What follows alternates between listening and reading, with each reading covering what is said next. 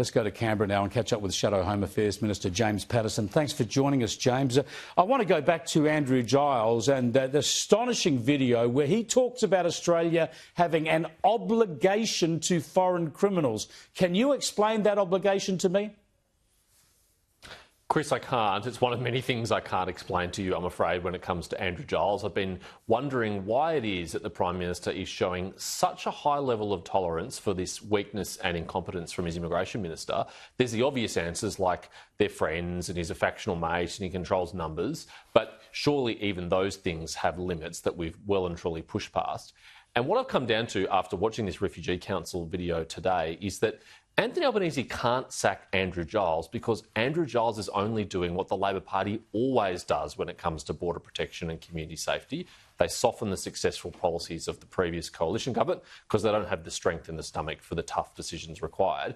And how can he sack Andrew Giles when all Andrew Giles has done is exactly what the Prime Minister wanted him to do and instructed him to do? That would prove that it's the Prime Minister that's responsible for all of this mess.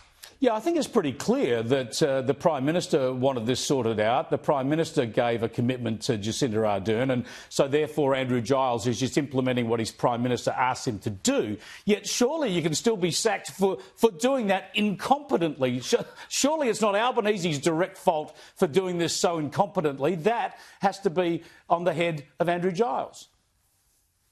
Well, Chris, it's clear to you and it's clear to me that Anthony Albanese is ultimately responsible, but it's not clear to the Prime Minister because every time we ask him about it in question time, he says, "What, me? Oh, it's not my direction, it's the Minister for Immigration's direction," which is a very ominous sign for Andrew Giles. I don't think the PM wants to have a reshuffle in the middle of a sitting fortnight and maybe not ahead of another sitting fortnight, which is coming up in June and July.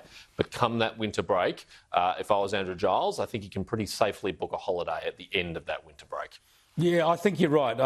He can plan a holiday in his winter break, but he shouldn't be planning any parliamentary study tours or the like. He should be just staying home. Now, just getting back to this change, though, there's a fact that I keep pointing out that I think is sometimes missed, but mainly because Labor's spin. But Labor sort of talk about all these unintended consequences, but it's very clear the whole idea of this change was to make sure that some foreign criminals who otherwise would be deported actually get a chance to stay here. Now, obviously, they're looking to placate New Zealand on this. They really thought if they give an opportunity to prove a connection to Australia, it's only going to be New Zealand criminals who apply. Criminals from Uzbekistan and Tanzania and America won't apply. It seems naivety in the extreme.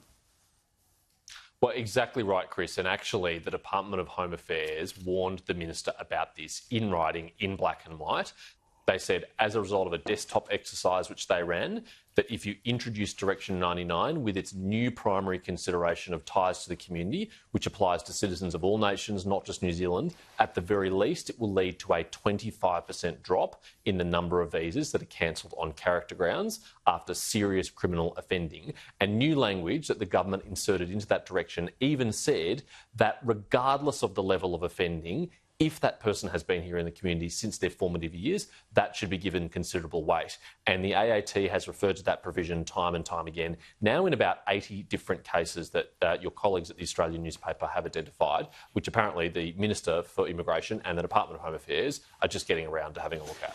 Well, there's another bloke, another criminal who's had his deportation overturned in the AAT yesterday on the back of Direction 99. It's still in place. Now, Giles says he's going to scrap it and bring in a new direction. Now, my understanding is this is just a direction that's tabled. It doesn't have to go through Parliament, does it? I mean, what can you do to make sure that there is parliamentary oversight of the new direction so that they actually get it right this time?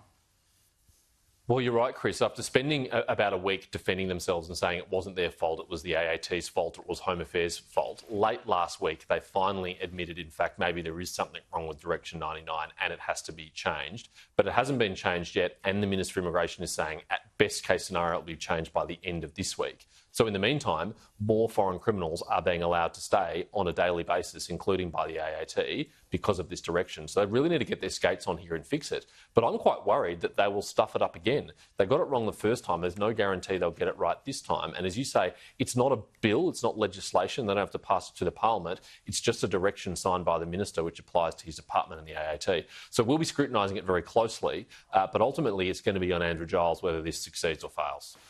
Thanks for joining us, Senator. I appreciate it. Senator James Paterson there. How Andrew Giles is still